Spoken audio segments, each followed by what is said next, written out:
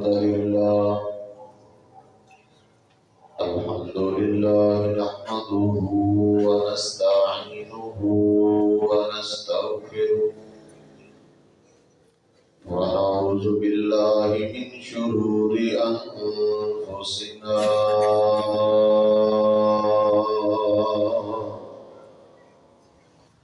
ومن سيئات أعمالنا من يهده الله فلا مضل له ومن يضلله فلا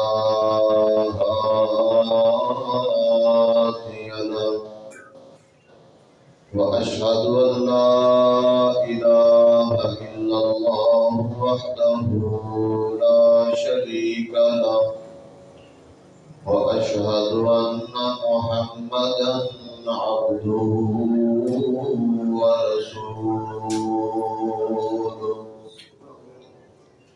أما بعد فإن خير الحديث كتاب الله وخير الهدي هدي محمد صلى الله عليه وسلم وشر الأمور محدثاتها وكل محدثة بدعة وكل بدعة ضلالة وكل ضلالة في النار.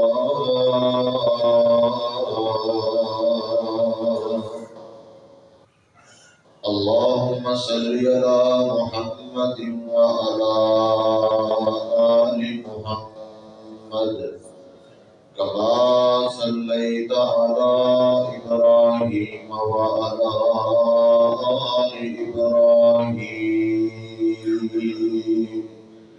إنك حميد مجيد.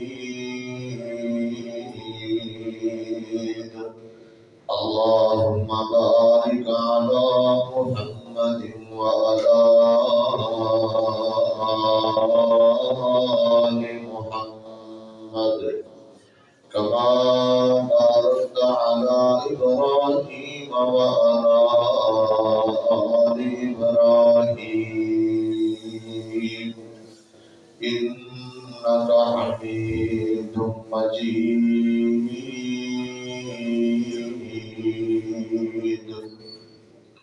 قال الله تبارك وتعالى: أعوذ بالله السميع العليم من الشيطان الرجيم. بسم الله الرحمن الرحيم. يا أيها الذين آمنوا كتب عليكم الصيام كما كتب على الذين من قبلكم لعلكم تتقون.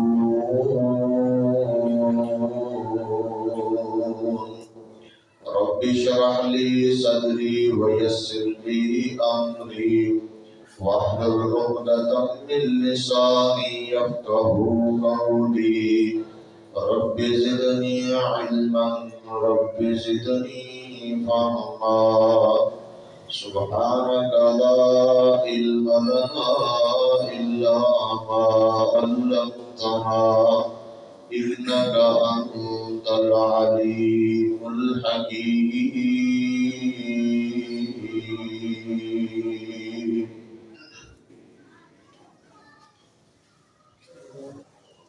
ہما قسم کی حمد و ثنا اللہ رب العالمین کی ذات پاک کے لیے خاص ہے، جس خالق کائنات نے ہمیں ایک مرتبہ پھر اپنی زندگی کے اندر رمضان المبارک جیسا عظیم الشان مہینہ عطا فرمایا ہے۔ جائز اور مسموع درود و سلام امام الاولین والآخرین، امام کائنات، پوری کائنات کے سردار پیغمبر، امام الانبیاء جناب محمد رسول اللہ صلی اللہ علیہ وآلہ وسلم کی ذات گرامی پر ذی وقار معزز سامعین و سامعات، یہ بڑی خوش قسمتی کی بات ہے کہ اللہ تعالیٰ کے فضل و کرم سے ہم رمضان المبارک کے مہینے سے مستفید ہو رہے ہیں۔ اللہ تعالیٰ نے یہ ایک ایسا مہینہ جس کے اندر اسلام کا ایک بہت بڑا رکن ادا کیا جاتا ہے، وہ ہمیں ایک مرتبہ پھر عطا فرمایا۔ یقیناً جن 5 چیزوں پر اسلام کی بنیاد رکھی گئی ہے، ان میں سے ایک رکن اور ستون جو ہے وہ روزہ ہے۔ جب رمضان کا مہینہ آتا ہے تو ہر عاقل بالغ مسلمان مرد عورت پر روزہ رکھنا فرض ہو جاتا ہے۔ کوئی بھی شخص اسی وقت صحیح مسلمان بن سکتا ہے جب وہ روزے کا اہتمام کرتا ہے۔ رمضان المبارک کے فضائل مسائل ہم سنتے رہتے ہیں، سناتے رہتے ہیں۔ اس میں جو کرنے والا سب سے بڑا کام ہے نا، اس کے بارے میں ہماری اکثریت جو ہے وہ غافل ہے۔ اس کی عظمت کے ادراک کے حوالے سے میں نے ایک حدیث پچھلے خطبہ میں ذکر کی تھی۔ اس بارے میں کوئی بھی شخص اس وقت تک مسلمان نہیں ہو سکتا جب تک وہ روزے کو تسلیم نہیں کر لیتا۔ اللہ کے پیغمبر نے جو اسلام کی تعریف کی ہے، مسلمان کی تعریف کی ہے نا، اس کے اندر ایک چیز یہ بھی رکھی ہے کہ وہ بندہ رمضان کے روزے رکھے پھر وہ مسلمان ہے۔ اس کا مطلب یہ ہے کہ جو بندہ بغیر کسی عذر کے رمضان کا روزہ چھوڑتا ہے، روزہ نہیں رکھتا، وہ بندہ مسلمان نہیں ہے۔ وہ بندہ اس اسلام پر نہیں ہے جس کی تعریف اللہ کے پیغمبر نے کی ہے۔ وہ لاکھ دعوے کرے زبان سے اسلام کے، وہ بندہ صحیح مسلمان نہیں ہے۔ عملی طور پر وہ بندہ مسلمان نہیں، وہ نام نہاد مسلمان ہے، صرف نام کا، کام کا مسلمان نہیں ہے۔ آپ اندازہ کریں، روزہ اللہ کو اتنا زیادہ پسند ہے۔ آپ جانتے ہیں کہ روزے دار کے منہ سے نکلنے والی بو اللہ کے ہاں کستوری سے بھی زیادہ قدر و قیمت رکھتی ہے۔ اللہ کو وہ کستوری سے بھی زیادہ پسند ہے۔ یہ اللہ اپنے روزے دار بندے سے محبت کرتا ہے، اور اللہ تعالیٰ اپنے بندے سے، روزے دار بندے سے اور روزے سے اتنا پیار کرتے ہیں، اتنی محبت کرتے ہیں کہ اللہ تعالیٰ نے اپنی اتنی بڑی جنت، اس کا ایک دروازہ اسپیشل روزے داروں کے لیے بنا دیا۔ اس میں سے صرف اور صرف روزے دار داخل ہوں گے۔ اللہ کے نبی صلی اللہ علیہ وسلم نے فرمایا کہ وہ ایسا دروازہ ہے جس میں سے یدخل منہ الصائمون، اس میں سے صرف روزے دار گزریں گے، اور جب روزے دار گزر جائیں گے پھر وہ بند کر دیا جائے گا، اس سے اور کوئی داخل نہیں ہو سکتا۔ یہ اللہ نے ایک روزے دار بندے کے لیے اعزاز رکھا ہے، دنیا کے اندر کسی اور بندے کے لیے یہ اعزاز نہیں ہے۔ پھر اللہ کی رحمت اتنی زیادہ ہے کہ اللہ تعالیٰ رمضان میں ایک نیکی کا اجر عام دنوں سے بہت زیادہ بڑھا رہے تھے۔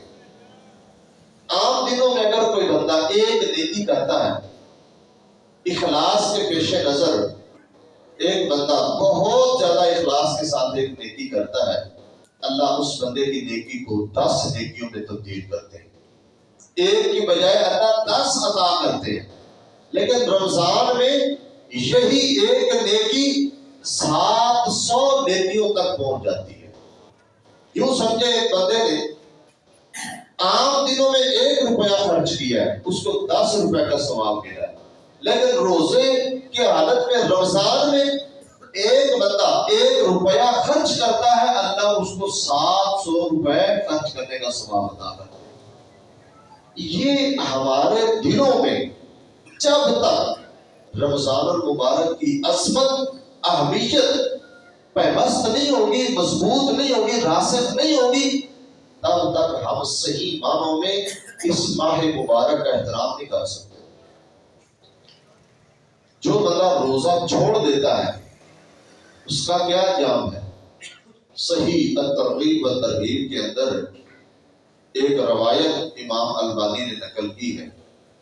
اللہ کے پیغمبر جناب محمد رسول اللہ صلی اللہ علیہ وسلم نے فرمایا کہ مجھے خواب کی حالت میں کچھ ایسے لوگ دکھلائے گئے جن کو جہنم کے اندر الٹا لٹکایا ہوا ہے۔ جہنم کے اندر الٹے لٹکے ہوئے ہیں اور ان کی باتیں چیری جا رہی ہیں اور ان کی آہ و پکار، ان کی ہار دہاڑ جو ہے وہ بہت دور تک سنائی دی جا رہی ہے۔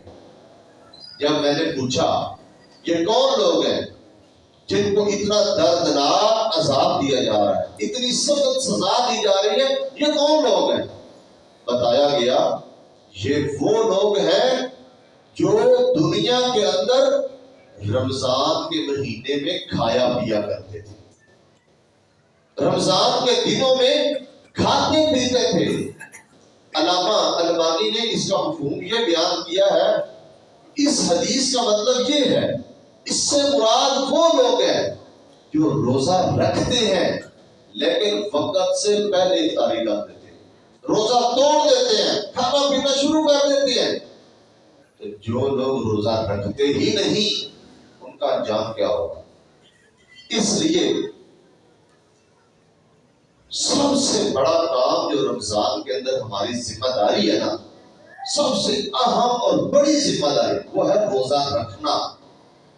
آپ اندازہ کریں رمضان کے مہینے میں لوگ نا ایک نیکی کا جذبہ ہوتا ہے، بہت ساری نیکیاں کرتے ہیں، خرچ کرتے ہیں اللہ کے راستے میں، لوگوں کی سحری کروا رہے ہیں، افطاری کروا رہے ہیں، اللہ کے راستے میں خرچ کر رہے ہیں، اور بڑے دور دراز سے چل کر لوگ اچھے قاری صاحب کے پیچھے جا کر تراویحاں پڑھ رہے ہیں، قرآن سن رہے ہیں۔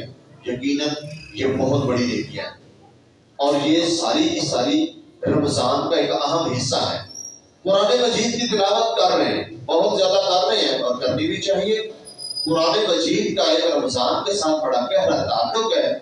اللہ کے پیغمبر رمضان میں قرآن مجید کا دور کرتے تھے، صحابہ کرام کثرت سے قرآن پاک پڑھتے تھے، محدثین ہمارے علماء وہ رمضان میں قرآن کریم کتنی مرتبہ مکمل کرتے تھے، بہت بڑی نیکیاں ہیں۔ لیکن آپ سروے کر کے دیکھ لیں، بلکہ اس افطاری پر جا کے آپ لوگوں کا ہجوم اور رش دیکھ لیں اور پھر ان میں سے روزے داروں کی حاضری لگا لیں اور گنتی کر لیں، آپ کو چند لوگ روزے دار ملیں گے، باقی سارے لوگ وہ بے روزے ہوں گے جنہوں نے روزے نہیں رکھے۔ کیا یہ رمضان صرف سحری افطاری انجوائے کرنے کے لیے آیا ہے؟ کیا رمضان المبارک کا مہینہ ہماری زندگی میں جو آیا ہے یہ صرف سحری کے مزے لینے کے لیے اور افطاری کے اندر طرح طرح کے کھانے کھانے کا نام رمضان ہے کہ ہم جو ہے نا وہ محظوظ ہوتے رہے؟ اس کا نام رمضان نہیں ہے. رمضان کی سب سے بڑی جو ذمہ داری ہے نا ہماری وہ روزہ رکھنا ہے. اور اسلام کا ایک بہت بڑا رکن جس پر عمل کرنا ہے. اس کے بغیر ہمارا اسلام کسی کھاتے کا ہے ہی نہیں. اس کے بغیر ہم مسلمان بن ہی نہیں سکتے. جس کے بغیر ہم مسلمان بن نہیں سکتے اس کو چھوڑ کر ہم اور چیزیں بہت زیادہ اپنا رہے ہیں. تو میں نے پہلے عرض کیا ان چیزوں کی اہمیت اپنی جگہ، ان کی فضیلت سے انکار نہیں، ان کی اہمیت بہت زیادہ، ان کا اہتمام کثرت سے کرنا چاہیے، لیکن اصل چیز کو چھوڑ دینا یہ عقل مندی نہیں ہے. کوئی مسلمان مومن جو عقل مند ہے وہ اس حوالے سے غفلت نہیں برتتا. تو میرے بھائیوں، یہ روزہ ہمارے لیے جہنم کے عذاب سے ڈھال کب بنے گا؟ یہ رمضان ہماری نجات کا ذریعہ کب بنے گا؟ وہ باب الریان سے داخل کیسے لوگ ہوں گے؟ اور کیسے جو ہے نا وہ گناہوں کی معافی ہوگی، اللہ کی رحمت اور جنت کا حصول کیسے ہوگا؟ یہ سب سے پہلا یہ کام ہے وہ روزہ رکھنا ہے. صرف رمضان آ گیا، شور ڈال گیا، روزے آ گئے، رمضان آ گیا، اللہ کی رحمتوں کا مہینہ ہے، برکات کا مہینہ ہے، بڑی رحمتیں ہیں، برکتیں، لیکن جو اصل کام ہے نا اس سے ہم غافل ہیں. روزے رکھتے نہیں ہیں، بے روزے کثرت سے موجود ہیں. اس لیے اللہ سے ان لوگوں کو معافی مانگنی چاہیے، توبہ کرنی چاہیے اور باقاعدہ روزے رکھنے شروع کرنے چاہیے اللہ کی رضا کے لیے. اور جو رہ گئے ان کی قضائی دی جائے. ویسے تو اللہ کے پیغمبر کی بالکل صحیح حدیث ہے، جس بندے نے رمضان کا ایک روزہ چھوڑ دیا بغیر کسی عذر کے، وہ بندہ ساری زندگی بھی قضائی دیتا رہے تو اس روزے کی قضائی نہیں دے سکتا. اتنا بڑا جو ہے نا یہ نقصان ہے جس کا مداوع ہی نہیں ہو سکتا. اس لیے ان کو توبہ کرنی چاہیے، اللہ سے معافی مانگنی چاہیے.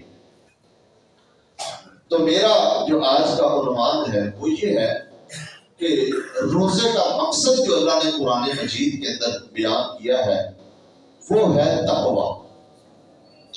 اللہ نے قرآن مجید کے اندر فرمایا یا ایھا الذین آمنوا کتب علیکم الصیام کما کتب علی الذین من قبلکم.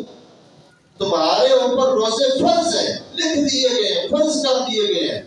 اور یہ صرف تمہارے اوپر نہیں بلکہ پہلی امتوں کے اوپر بھی روزے رکھنا فرض تھے.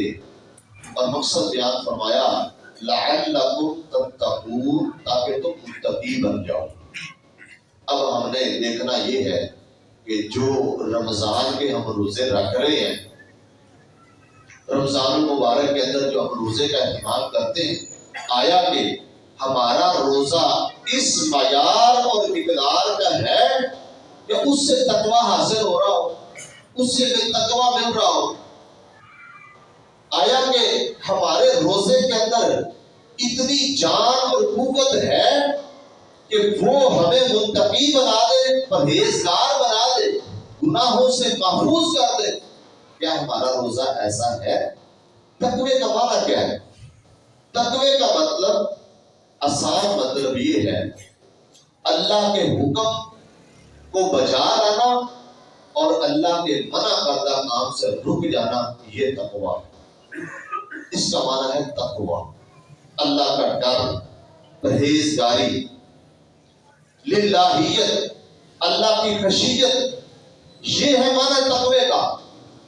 اگر ہم روزہ رکھ رہے ہیں اور روزے کے ساتھ ساتھ جھوٹ بھی بول رہے ہیں، چغلی بھی کر رہے ہیں، غیبت بھی کر رہے ہیں، دھوکہ بھی کر رہے ہیں، لوگوں کے ساتھ ظلم زیادتی بھی کر رہے ہیں، نماز نہیں پڑھ رہے اور لوگوں کے ساتھ لڑائی جھگڑے، رشتہ داریاں توڑنا اور حرام کاموں کا ارتکاب، سود خوری، یہ سارا کچھ ہم ساتھ ساتھ کر رہے ہیں اور ساتھ ہم بڑی تگ و دو کے ساتھ روزہ بھی رکھ رہے ہیں، تو کیا وہ مقصد جو اللہ نے قرآن میں روزے کا ذکر کیا ہے وہ پورا ہو رہا ہے؟ ہرگز پورا نہیں ہو رہا. اس کا مطلب یہ ہے کہ وہ ہمارا روزہ اس معیار کا نہیں ہے جس معیار کے روزے کا مطالبہ کیا گیا ہے. اللہ نے ایسے صرف روزے رکھتے جانے کا حکم نہیں دے دیا، ساتھ ساتھ اس روزے کا مقصد بیان کیا ہے کہ تقوی اختیار کرنا ہے، متقی بننا ہے۔ رمضان سے پہلے بے نماز تھے، ساتھ رمضان آیا روزے رکھنے شروع کر دیے، پھر بھی بے نماز، پھر بھی وہی کام، وہی سارے حرام کام جو پہلے کرتے تھے رمضان میں بھی کر رہے ہیں، رمضان کے بعد بھی کریں گے۔ رمضان کا کیا فائدہ ہوگا؟ وہ جو اللہ نے ایک روزے کی روح رکھی ہے، روزے کا جو مقصد رکھا ہے، اس کو تو ہم نے پایا ہی نہیں۔ اللہ تعالیٰ نے، اللہ کے پیغمبر نے اس رمضان کا ایک ٹارگٹ اور ہدف مقرر کیا ہے جس کو ہم نے اچیو کرنا ہے۔ اگر ہم اس مقصد کے حصول میں، اس ٹارگٹ کو پورا کرنے میں ناکام ہیں تو اس کا مطلب ہے رمضان کا ہمیں فائدہ نہیں ہوا، سوائے کھانے پینے کے۔ وہ حدیث ہے نا اللہ کے پیغمبر کی، جس بندے نے جھوٹی بات نہیں چھوڑی، من لم یدع قول الزور والعمل به فلیس للہ حاجۃ ان یدع طعامہ وشرابہ، جس بندے نے جھوٹ بولنا نہیں چھوڑا اور جھوٹے کام کرنے نہیں چھوڑے اور غلط اعمال نہیں چھوڑے، اللہ تعالیٰ کو ایسے بندے کے بھوکے پیاسے رہنے کی ذرا برابر بھی ضرورت نہیں ہے۔ وہ بندہ بھوکا پیاسا رہے، اللہ کو کوئی پرواہ نہیں ہے، اللہ کے پاس اس کا کوئی اجر نہیں ہے۔ وہ جو حدیث ہے نا، الصوم لی وانا اجزی بہ، کہ بندہ روزہ میرے لیے رکھتا ہے اور میں ہی اس کا بدلہ دے سکتا ہوں، وہ اس کا مطلب ہے اس کیٹیگری میں نہیں آ رہا۔ اس لیے میرے بھائیوں، ہم نے اس رمضان کے اندر اپنی تربیت کرنی ہے، اپنا ایک ٹارگٹ جو اللہ نے، اللہ کے پیغمبر نے مقرر کیا ہے، ہم نے اس کو اچیو کرنا، اس کو حاصل کرنا، اس کو پورا کرنا ہے، یہ ہماری ذمہ داری ہے۔ اب اس ٹارگٹ کو پورا کرنے کا کیا طریقہ ہے؟ سب سے بڑا جو طریقہ ہے وہ روزہ رکھنا۔ روزے کے ساتھ ساتھ اور دیگر کئی اعمال ایسے ہیں جن کے اللہ کے پیغمبر صلی اللہ علیہ وسلم نے فضیلت بیان فرمائی ہے، رات کا قیام ہے۔ اس لیے میرے بھائیوں، اس ٹارگٹ کو ہم نے ذہن میں رکھنا ہے۔ وہ میں ٹارگٹ آپ کے سامنے ذکر کر دوں۔ ٹارگٹ یہ ہے، نبی مکرم جناب محمد الرسول اللہ صلی اللہ علیہ وسلم نے فرمایا، جس بندے کی زندگی میں رمضان آیا اور وہ بندہ رمضان کا مہینہ پانے کے باوجود اپنے گناہوں کی بخشش نہ کروا سکا، وہ بندہ انتہائی زیادہ بد نصیب اور بدبخت ہے۔ اس بندے کی زندگی میں رمضان آیا اور وہ بندہ رمضان کے اندر خیر کے کام کر کے اپنے اللہ کو راضی نہ کر سکا، اپنے گناہوں کی معافی نہ کروا سکا۔ اللہ تعالیٰ ہمیں صحیح معنوں میں اس ٹارگٹ کو حاصل کرنے کی توفیق عطا فرمائے۔ تو میرے بھائیوں، اس کا ایک جامع مفہوم جو ہے وہ اللہ نے قرآن پاک میں ذکر کر دیا ہے کہ وہ ہے تقویٰ کا حصول، تاکہ تم متقی بن جاؤ، پرہیزگار بن جاؤ۔ اور یہ ایک ایسا جامع لفظ ہے، پورے کا پورا دین اسلام اس ایک لفظ کے اندر شامل ہے۔ پورے کا پورا دین، انسان کی کامیابی، فلاح، دنیا آخرت کی بھلائی، وہ اس ایک لفظ کے اندر موجود ہے۔ تقویٰ، اللہ کا ڈر، پرہیزگاری کیا ہے؟ اللہ کے اوامر کو بجا لانا، نواہی سے رک جانا، یہ تقویٰ ہے۔ اس کے بے شمار فوائد ہیں۔ میں آپ کے سامنے اس کے چند دنیاوی فوائد اور چند اخروی فوائد ذکر کرتا ہوں کہ اگر ہم تقویٰ اختیار کریں گے تو کیا اس کا فائدہ ہوگا۔ 10 فائدے اس کے دنیاوی اور 4 فوائد جو ہیں وہ اخروی۔ ویسے تو اخروی فوائد کو گنا نہیں جا سکتا، اللہ کی نعمتیں اس قدر زیادہ ہوگی جو آخرت کے اندر اللہ تعالیٰ عطا فرمائے گا، لیکن جو ہماری نظروں میں ہے وہ کم از کم ہمیں ذہن میں رکھنے چاہیے۔ اگر وہ 4 بھی ہم نے حاصل کر لیے تو انشاءاللہ پھر آگے بڑی بڑے انعامات، بڑی بڑی نعمتیں اور اللہ کی طرف سے نوازشیں وہ ہمیں نظر آئیں گی اور ہم اس کو حاصل کر سکیں گے۔ سب سے پہلا جو تقوی کا فائدہ ہے نا وہ ہے معاملات کے اندر آسانی۔ اس وقت جو ہمارا المیہ ہے اور جو ہماری صورتحال ہے وہ انتہائی زیادہ پریشان کن ہے۔ آپ جانتے ہیں کہ حالات پر آپ کی بخوبی نظر ہے، کن حالات سے میں اور آپ گزر رہے ہیں۔ ایک امیر بندہ وہ بھی رو رہا ہے، غریب تو بیچارہ ہے ہی ہے، لیکن ایک بندہ بڑا جو ہے نا وہ مالدار ہے اور بڑے کھاتے پیتے گھر کا بندہ وہ بھی رونا رو رہا ہے۔ وجہ کیا ہے؟ معاملات کی تنگی، اور وہ کیسے جو ہے نا وہ معاملات آسان ہوں گے، حل ہوں گے۔ اللہ تعالیٰ نے اس بارے میں قرآن مجید کے اندر فرمایا وَمَن يَتَّقِ اللَّهَ يَجْعَل لَّهُ مِنْ أَمْرِهِ يُسْرًا، جو بندہ تقوی اختیار کر لیتا ہے اللہ اس بندے کے معاملات آسان فرما دیتے ہیں۔ اللہ اس بندے کے سارے معاملے آسان کر دیتے ہیں، تنگی سے نکال دیتے ہیں، ہمارا قسم کی پریشانی اللہ تعالیٰ دور کر دیتے ہیں۔ صرف اور صرف کرنا کیا ہے؟ تقوی اختیار کرنا ہے، اور تقوی اختیار کرنے کا سب سے بڑا ذریعہ ہمارے ہاں اور ہمارے پاس وہ رمضان ہے، جس کا مقصد ہی تقوی اختیار کرنا، وہ تقی بننا ہے۔ اللہ نے اس کا مقصد یہ رکھا ہے، جو فضیلت کی بات کی ہے ساتھ ہی اس کا انجام اور اس کا جو ہے نا مقصد وہ سامنے رکھ دیا کہ یہ مقصد اگر آپ حاصل کر رہے ہیں تو اللہ کے اس حکم پر عمل کر رہے ہیں، نہیں تو پھر آپ اس اللہ کے اس حکم کی ناقدری کر رہے ہیں۔ دوسرا فائدہ جو ہے وہ ہے دشمنوں کی کارستانیوں سے نجات۔ جب انسان تقوی اختیار کر لیتا ہے، جب انسان اپنے دل کے اندر ایک اللہ کا ڈر بٹھا لیتا ہے، صرف اور صرف ایک اللہ سے ڈرتا ہے، پھر اس کو دشمن نقصان نہیں پہنچا سکتے، پھر وہ دشمنوں سے نہیں ڈرتا۔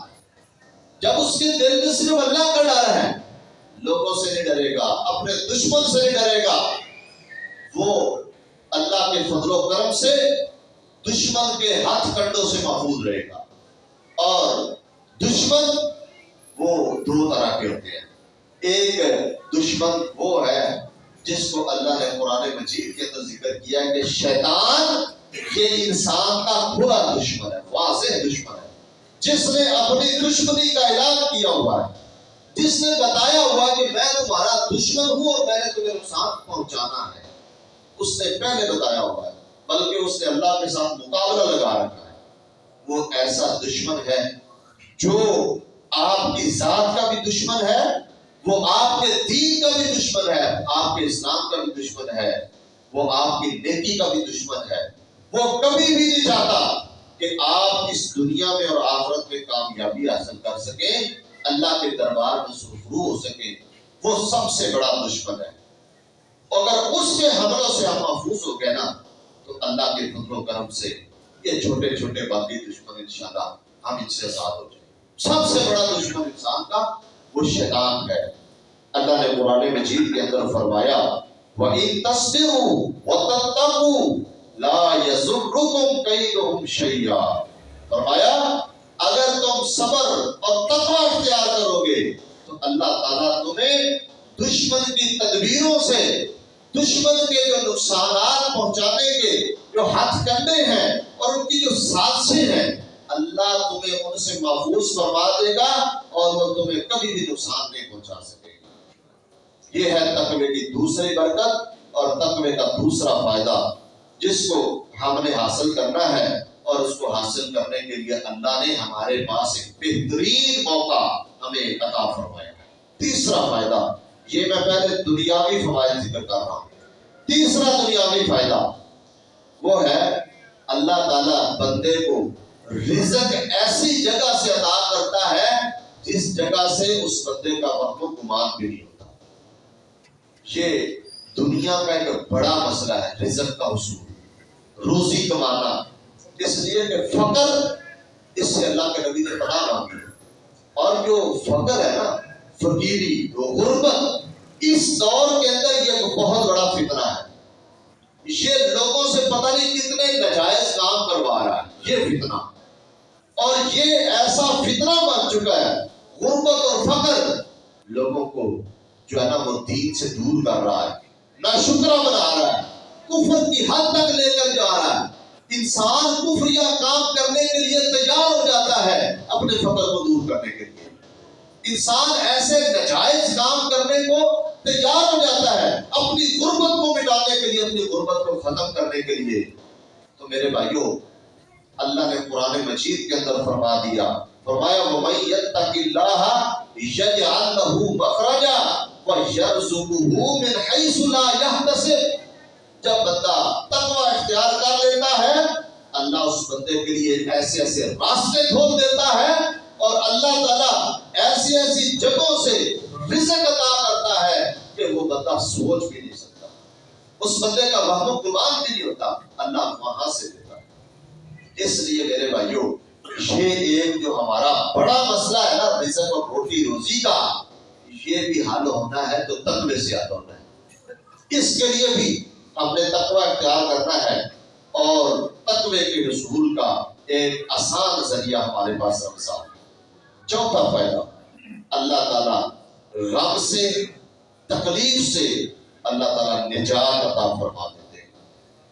جو بندہ تقوی اختیار کرتا ہے تو اللہ تعالیٰ متقین کو پہنچنے والی جو مصیبت ہے ان کے لیے کوئی نہ کوئی راستہ نکال دیتا ہے. فرمایا وَمَن يَتَوَکَّلْ عَلَى اللَّهِ فَهُوَ حَسْبُهُ. جو بندہ تقوی اختیار کرتے ہوئے اللہ پر توکل کر لیتا ہے, اللہ کی ذات اس بندے کو کافی ہو جاتی ہے, اللہ اس بندے کے معاملات کو کافی ہو جاتا ہے, اللہ اس بندے کے مسائل بھی دور کر دیتا ہے, پریشانیاں بھی دور کر دیتا ہے. اس لیے یہ تقوی کا ایک اہم جو ہے نا وہ فائدہ ہے جس کو ہم نے حاصل کرنا ہے. پانچواں فائدہ جو تقوی کا اللہ تعالیٰ نے بیان کیا ہے وہ ہے برکات کا نزول. اللہ تعالیٰ آسمان سے برکتیں نازل کرتا ہے. آج کل کے حالات آپ دیکھ رہے ہیں بخوبی کہ کس طرح بے موسمی بارشیں اور فصل پکی ہوئی ہے. آپ یقین مانیں کسان لوگوں کی محنتیں, ان بیچاروں نے یہ جو کمر توڑ مہنگائی کے اندر اتنے خرچے کر کے محنت کر کے اپنی فصل جو ہے نا وہ اس پر محنت کی ہے. اب جب فصل پک چکی ہے, اوپر سے ژالہ باری, بارشیں, طوفان, آندھیاں, یہ سارے کیا ہیں؟ یہ اللہ کی رحمت کی علامت ہے, یہ اللہ کی غضب کی علامت ہے, اللہ کی ناراضگی کی علامت ہے. اور اوپر سے پھر ہمارے پاس رمضان کا مہینہ, تو کیوں نہ ہم اس مہینے کے اندر اس رب کی ذات کو راضی کرنے کی پوری کوشش کریں. اللہ تعالیٰ ہم سے یہ عذاب ٹال دے. اللہ تعالیٰ فرماتے ہیں وَلَنُذِيقَنَّهُم مِّنَ الْعَذَابِ الْأَدْنَىٰ دُونَ الْعَذَابِ الْأَكْبَرِ لَعَلَّهُمْ يَرْجِعُونَ. اللہ فرماتے ہیں ہم پہلے لوگوں کو چھوٹے چھوٹے عذاب دیتے ہیں, من العذاب الادنی, چھوٹے چھوٹے عذاب پہنچاتے ہیں, دون العذاب الاکبر, بڑے عذاب سے پہلے. کیوں؟ لعلہم یرجعون, تاکہ وہ اللہ کی طرف رجوع کر لیں, توبہ کر لیں, باز آ جائیں, لوٹ آئیں. اور رمضان کا ایک اہم مقصد یہ باغی کو اس کے شر سے روکنا. جب رمضان آتا ہے نا تو اللہ کی طرف سے اعلان کرنے والا اعلان کرتا ہے یا باغی الشر اقصر, او شر کے متلاشی رک جا, وہ باغی رک جا, اللہ کی نافرمانیوں سے باز آ جا, اللہ کی فرمانبرداری کی طرف آ جا. تو اس لیے اللہ تعالیٰ نے قرآن پاک میں کیا فرمایا وَلَوْ أَنَّ أَهْلَ الْقُرَىٰ آمَنُوا وَاتَّقَوْا لَفَتَحْنَا عَلَيْهِمْ بَرَكَاتٍ مِّنَ السَّمَاءِ وَالْأَرْضِ. اللہ فرماتے ہیں اگر بستیوں والے, شہروں والے, اگر لوگ ایمان لے آئے, تقوی اختیار کر لے, لَفَتَحْنَا عَلَيْهِمْ بَرَكَاتٍ مِّنَ السَّمَاءِ, آسمان سے برکتوں کے دروازے کھول دیں گے. اللہ تعالیٰ کی طرف سے رحمت کی, برکت کی برکھا اسی وقت برسے گی جب ہمارے دلوں میں اللہ کا ڈر ہوگا, جب تقوی ہمارا لباس ہوگا، تقوی ہمارے اندر موجود ہوگا، تبھی اللہ کا فضل و کرم ہم پر نازل ہوگا اور ہم صحیح معنوں میں اللہ کے فضل کے مستحق بن سکیں گے۔ چھٹا فائدہ تقوی کا اللہ نے قرآن مجید کے اندر ذکر کیا، فرمایا یا ایھا الذین آمنوا اتقوا اللہ وقولوا قولا سدیدا یصلح لکم اعمالکم ویغفر لکم ذنوبکم۔ لوگو اللہ سے ڈر جاؤ، تقوی اختیار کرو۔ جب تقوی اختیار کرو گے تو اللہ تمہارے اعمال کو درست کر دے گا۔ جو اعمال کے اندر ٹیڑھ ہے، جو اعمال کے اندر شر موجود ہے اور جو گناہ موجود ہے، اللہ اپنے فضل سے اعمال کی اصلاح فرما دے۔ اور اس سے اگلا ساتواں فائدہ، وہ اللہ تعالیٰ گناہوں کو معاف فرما دے گا۔ یغفر لکم ذنوبکم، اللہ گناہوں کو معاف کر دے گا۔ اس سے اور زیادہ ہمیں کیا چاہیے کہ اللہ تعالیٰ تقوی کی برکت سے نیکی کی توفیق دے دے، گناہوں کو معاف کر دے، وافر مقدار میں رزق دے دے، دشمنوں سے اللہ تعالیٰ بچا لے، امن عطا کر دے۔ اور ہمیں کیا چاہیے؟ انسان اسی کے لیے کوشش کرتا ہے کسی قسم کا خوف خطرہ نہ ہو اور رزق وافر مقدار میں ہو، دنیا میں بھی کامیابی مل جائے، آخرت میں بھی کامیاب ہو جاؤ، بس یہی انسان کی خواہش ہے۔ اور وہ اس کا سارے کا سارا دار و مدار ایک تقوی کے اوپر ہے، اللہ کے جو ہے ڈر اور تقوی کے اوپر مبنی ہے۔ ساتواں اس کا فائدہ، آٹھواں یہ ہے حق و باطل میں تمیز اور فرق اللہ تعالیٰ سکھلا دیتے ہیں۔ یا ایھا الذین آمنوا ان تتقوا اللہ یجعل لکم فرقانا، اگر تم اللہ سے ڈر جاؤ گے اللہ تمہیں حق اور باطل کے درمیان فرق کرنے کی صلاحیت عطا فرما دے گا۔ یہ جو ہے تقوی کا ایک اہم فائدہ ہے۔ اسی طرح تقوی کا ایک اور فائدہ وہ یہ ہے کہ اللہ تعالیٰ دنیا کے اندر انسان کو افضل ترین ہونے کا سرٹیفکیٹ تقوی سے ملتا ہے۔